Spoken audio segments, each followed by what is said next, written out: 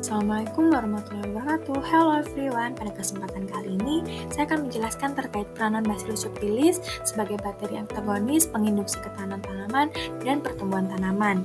Sebelum itu, saya Agnieszka Sarkosok dengan NIM AIR 050 dengan dosen pengampu saya, Bapak Saiful Khairi, SPMSI, selaku dosen mata kuliah Teknologi Proteksi Tanaman.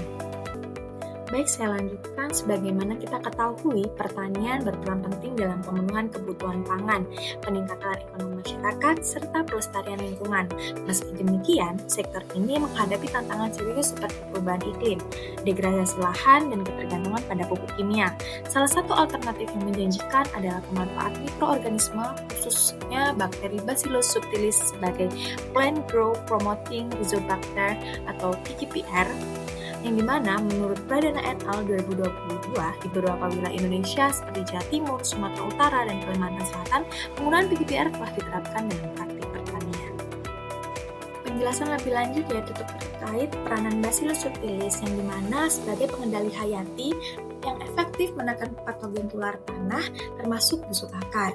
Bakteri ini menghasilkan enzim yang menekan patogen sekaligus mendukung kesehatan tanaman, serta meningkatkan ketahanan terhadap abiotik seperti kekeringan dan salinitas. Yang kedua yaitu perannya dalam pertumbuhan tanaman. Bakteri ini juga menstimulasi pertumbuhan akar, meningkatkan penyerapan nutrisi, sehingga membantu adaptasi terhadap stres biotik maupun abiotik, sehingga penting untuk produktivitas pada lahan marginal maupun terdegradasi. Selanjutnya, mekanisme Bacillus subtilis dalam mendukung pertumbuhan dan kesehatan tanaman berlangsung melalui proses langsung maupun tidak langsung.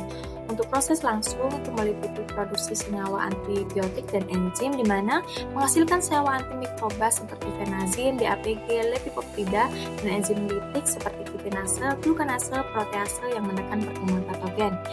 Yang kedua yaitu proses tidak langsung yang melalui mengaktifkan sistem pertahanan tanaman serta stimulan pertumbuhan, yang dimana mengaktifkan sistem pertahanan tanaman itu melalui senyawa elisitor seperti lipopeptida, hormon, dan juga senyawa volatil.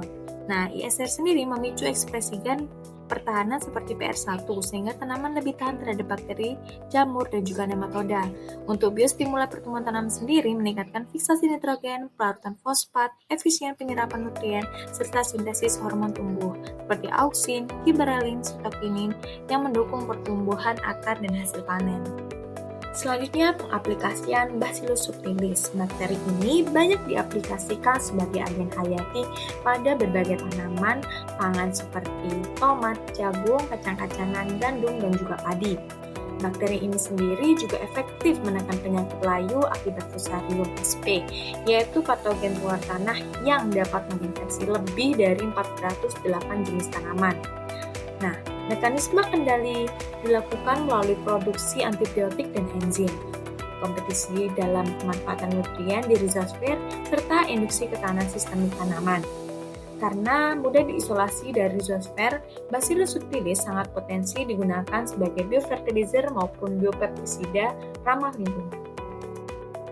Baik, dari hasil yang telah saya jelaskan, dapat disimpulkan bahwasanya Bacillus subtilis berperan penting sebagai agen hayati dan plant growth promoting rhizobacteria atau PGPR yang mendukung pertanian berkelanjutan. Bakteri ini menekan patogen luar tanah, meningkatkan ketahanan tanaman terhadap stres biotik maupun abiotik, serta merangsang pertumbuhan melalui stimulasi akar dan penyerapan nutrisi. Selanjutnya, mekanismenya meliputi pengendalian langsung seperti produksi antibiotik, enzim litik, dan metabolit, dan tidak langsungnya seperti kompetisi ruang, penyerapan nutrien, dan induksi ketahanan sistemik, serta berfungsi sebagai biostimulasi dengan peningkatan fiksasi nitrogen, pelarutan fosfat, dan produksi fitohormon. Aplikasi ini atau pengaplikasian bakteri ini terbukti efektif pada berbagai tanaman seperti padi, jagung, tomat, gandum, dan kacang-kacangan, sehingga berpotensi menjadi solusi ramah lingkungan untuk meningkatkan hasil dan menjaga ekosistem pertanian. Baik, mungkin cukup sekian penjelasan yang telah saya sampaikan. Mohon maaf apabila ada salah kata dan penyebutan. Semoga materi yang telah saya sampaikan bisa bermanfaat bagi kita semua. Terima kasih. Wassalamualaikum warahmatullahi wabarakatuh.